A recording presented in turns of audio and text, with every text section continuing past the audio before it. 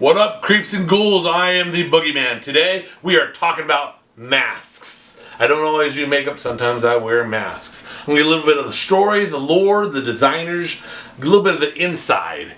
And you get the whole video this time on YouTube. That's right, the Boogeyman World.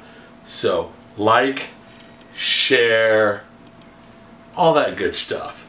I'm going to go off my phone because this dude's name is hard to fucking just spit out for his Instagram. Okay, first guy we're going to go over is, I'm going to spell it out, RGARTPRIJKT. RG Art. It doesn't roll off the tongue. But what I'll tell you is this. He makes some dope masks. The first mask he sent me in the Faces of Fear series is this one right here. So what I like about it is it's functional, it's comfortable on my face, it breathes well. If I had to add anything, I'd just say the mouth, I would like to open it a little bit more. This is how he secures it. It's actually really comfortable. The first time I saw it, I kind of second guessed it until I wore it, and it fits like a glove. It fits like a glove. Okay, the new one he did was with the Faces of Fear. Come over here. The Boogeyman. He custom made a mask. Okay? This is what he envisioned the Boogeyman looking like. Once you get a good look at that, let's take this out. So, this has got multiple layers on it. Alright? He put the name in originally, and then he fucking switched up the eyes, and he added sticks for the mouth. God. It looks really cool in person. This is how he secures it for the back, which is kind of cool. It's elastic. And I just dig how he sent it. So, yeah. That guy, as a mask maker, really fucking good. Alright guys, the next mask maker I want to talk about is Sankara FX. So he made me this mask. If you can tell, he carved in Boogeyman on the eyebrows to make it more personal. So he wanted to make a concept where it was a Boogeyman before the makeup. Okay? These are the straps he uses. So it's very functional. My only bullet for this would be, it really hurts my temple when I put it on. There's a lot of pressure there. It's this right here that drives into my side. So this is the issue that I'm having. But it doesn't do justice for if you see it in person. His work is impeccable. It's fucking amazing is what it is. The weight is awesome. The fucking feel of it just feels amazing. So that's Sankara FX. This is my favorite mask, hands down, hands down. So check out his and her Instagram, Sankara FX. I want to go over this one. This is one of the masks I wore at the fucking car wash when I did the car wash in California. Glow painted it.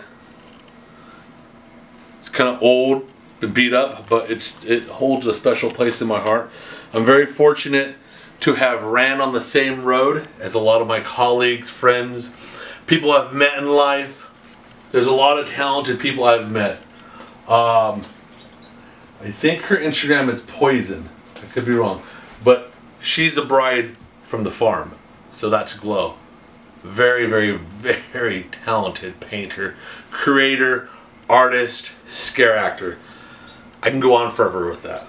The next mask was another mask I wore at the Tunnel of Terror, the car wash, was this one. Yeah, it's kind of falling apart. It's actually a cheap mask, but I like this one a lot. It just, when I put this one on, I turn into a different character. He's kind of a pervy old man. He's got his own little style to him. But, yeah, so definitely I like this one. This is not one of my favorite ones. It's an old man mask. I wear it every now and then when I do my Instagram or whatever social media live. So, good transition. You always see me with a mask and makeup. Why? The big reason is this. I was brought up in a generation where the entertainment was that big. I was raised on bands like Kiss, Motley Crue, shows like WWE, Saturday Night Live, Evel Knievel. I've always wanted to give a show to people. It was, like I say, showtime, go time. So I think it takes the fun away if you see how I look in real life. Some of you already know how I look. Some of you know the real me. But the Boogeyman persona and character, it's just, I don't want to take the beard off Santa Claus, pretty much. That's the best way to put it. I don't want to take Lone Ranger's mask off. I don't want to take Kiss's makeup off. Let's keep the magic going. So that's part of the deal with the mask and the makeup.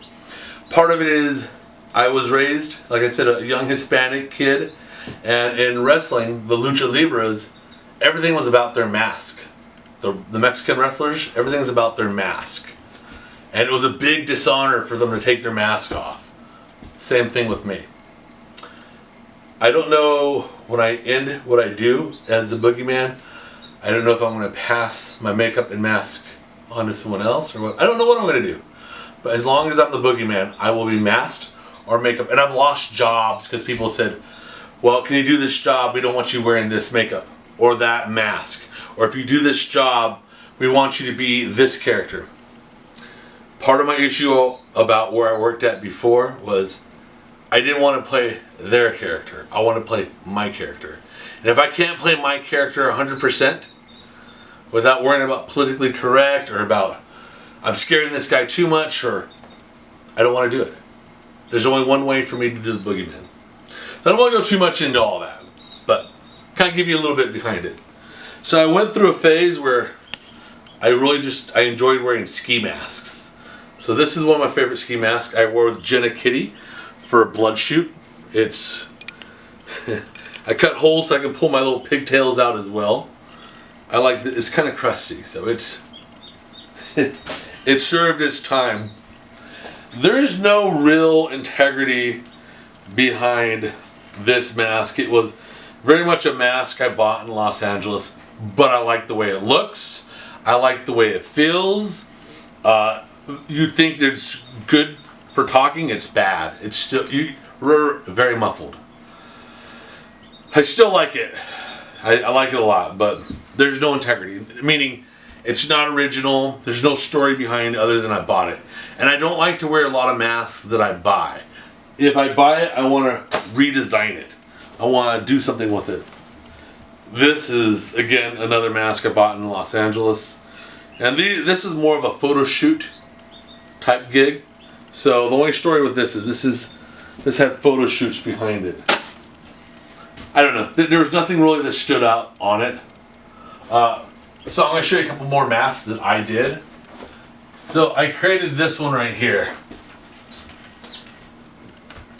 I wanted to have a functional mask that was kind of primal, tribal, clowny-ish kind of.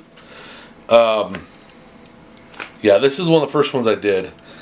I liked it, and this glows in the dark, by the way, the flames. This is how it's held by this strap right here. Functionally, it's great, and you can talk. It's. I don't use this one enough. This is actually, that's one of my favorite ones. This is another mask design I did a long time ago. I wanted a half human, half robot kind of ish type character. So let me give you a little bit of lore about these masks. In the world of the Boogeyman, of what you know of him, these masks would be, I guess you could say, when the Boogeyman was a human and he had no superpowers and he was just a crazy person running the streets with a mask on. That's kind of the lore.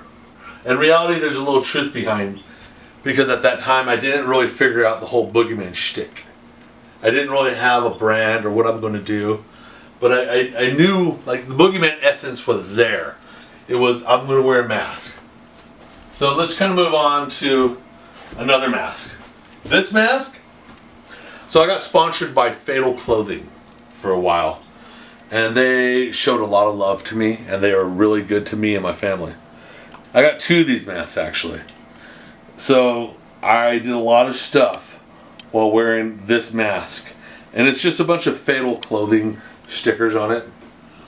But you couldn't buy this off me if you tried. Just because of what it meant to me, basically. This, I was part of a there's a punk rock band that did a Christmas song, and they really wanted me in it. So there's a couple parts I was playing. One of the parts is they wanted me to come up with my own character. So I came up with a deranged, pervy reindeer that just so happened to be the red-nosed reindeer. So it's kind of a BDSM inspired at the same time. So I like it, man. This is one of my favorites for sure. Absolutely, it's a simple one. I've made this one as well. Sometimes I'll make masks if I'm painting, or I'm trying to create, or I'm trying to figure out a character. I'll do a throwaway mask. In other words, it's a mask where I'm just kind of creating something to get me to where I need to get to creativity wise, to keep my mind fresh, but where I'm not fucking up the project I'm working on. That's this mask. I end up liking it a little bit more. I thought about doing a giveaway and giving that away. I don't know.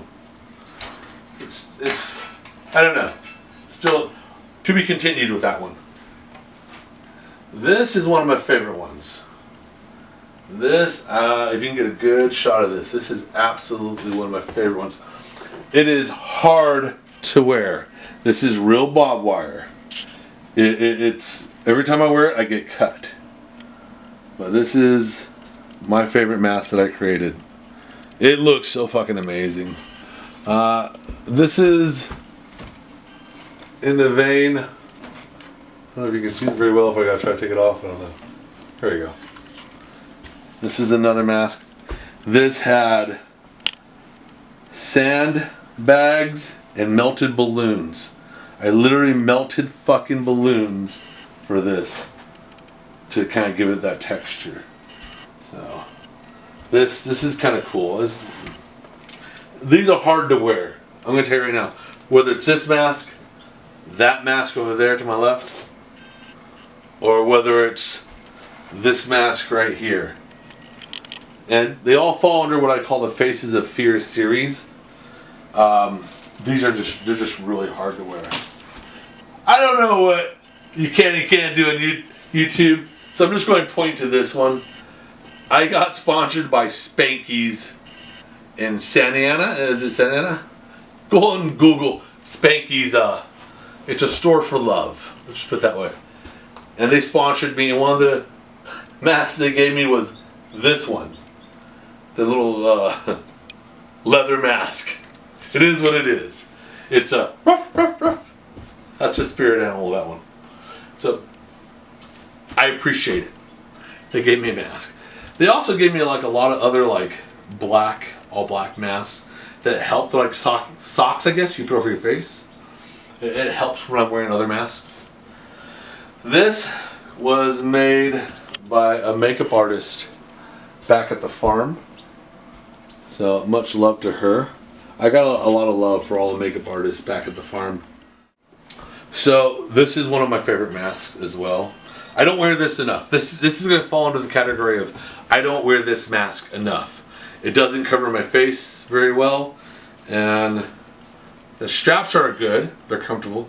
It just doesn't cover my face.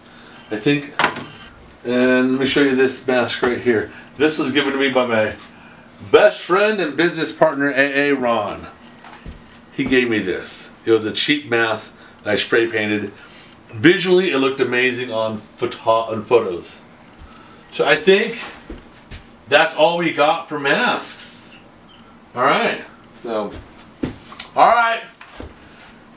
Tune in for the next episodes. We got future other episodes coming out. We're going to talk about costumes, prop making, all kinds of good stuff. Thank you for your support. Please share and check out my website, BOOGIEMAN.WORLD. Should be dropping in about a week or two. So, as always, fuck off!